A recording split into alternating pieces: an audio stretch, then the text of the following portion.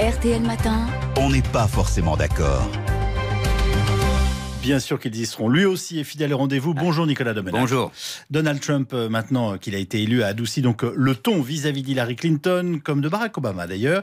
Il a même fait marche arrière sur plusieurs points de son programme. Est-ce à dire, Nicolas, que le président des États-Unis ne tiendra pas les promesses de campagne du candidat ? Il peut se renier, mais sans se renier vraiment, puisqu'il a menti quasi tout le temps. Nous aussi, nous avons élu nos super menteurs. Mais avec Donald Trump, nous avons affaire au champion du monde des menteurs. C'est un des enseignements les plus surprenants des primaires américaines, comme de l'élection elle-même. Le mensonge est sorti vainqueur de toutes les épreuves, alors même que se sont multipliés les groupes de fact-checkers, ces vérificateurs de faits qui, à chaque sortie de Donald Trump, prouvaient qu'il avait menti beaucoup plus qu'Hillary Clinton. Mais ces affabulations et ces diffamations lui ont procuré une publicité toujours plus grande et en ont fait une star anti-système, puisque le système l'accusait de tromperie.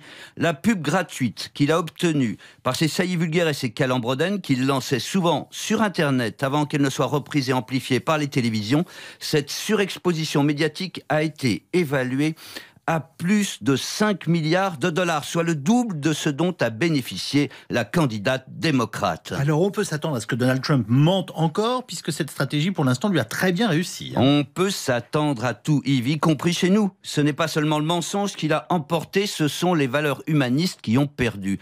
Car au-delà de ces affabulations, Donald Trump est entré en résonance avec une colère blanche qui prenait pour exutoire de leurs difficultés les immigrés, les homosexuels, les femmes aussi. C'est ce qu'on appelle maintenant dans la presse de droite et chez certains de ses leaders la pensée unique.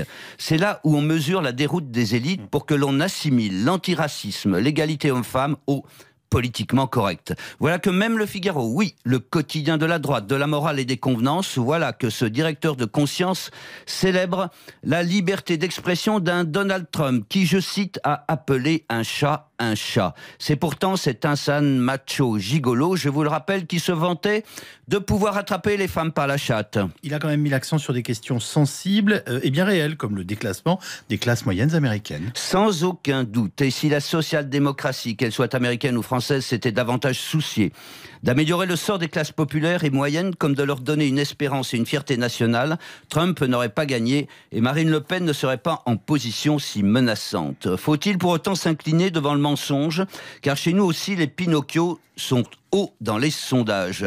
Faut-il abdiquer devant la tromperie généralisée ? Il paraît que nous serions des bobos parce que nous défendons des valeurs humanistes. Nous serions de cette élite qui, selon Nicolas Sarkozy, ne prend pas le métro et voit les trains de banlieue en photo. Moi, Nicolas Sarkozy, je ne l'ai jamais vu dans le métro, ni Hollande d'ailleurs, ni les Le Pen. Peut-être qu'on ne le prend pas aux mêmes heures.